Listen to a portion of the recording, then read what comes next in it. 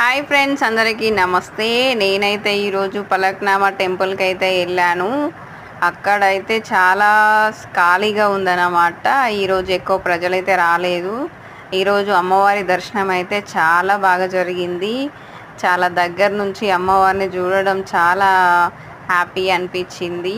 అమ్మవారికి ఏ కష్టాలు ఉన్నా చెప్తే అవన్నీ తీరిపోతాయి అని చెప్పేసి అన్నారు.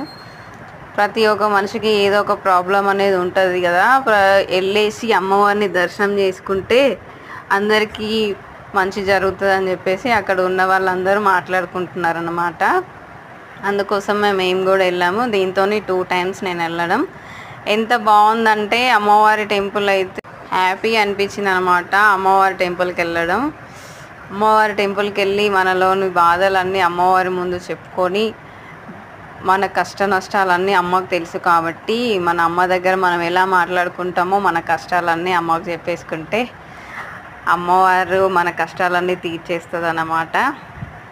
అలా అని కష్టాలు ఉన్న వాళ్ళే పోవాలని కాదు, ఎవరైనా వెళ్ళొచ్చు. చాలా మంచిగా హ్యాపీగా ఉంటుంది. పలక్నామా అంటే అమ్మవారిని కంపల్సరీ దర్శనం చేసుకుంటారు. అమ్మవారు అయితే చాలా ఎంత ప్రశాంతంగా అనిపించింది అంటే ఈరోజు చాలా హ్యాపీ అయితే అనిపించింది నాకు.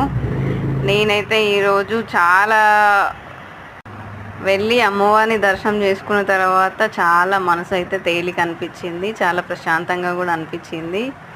ఈరోజైతే నాకు ఎందుకో చాలా బాధ అనిపించి ఉండే, అందుకోసం టెంపుల్కి అయితే వెళ్ళాను.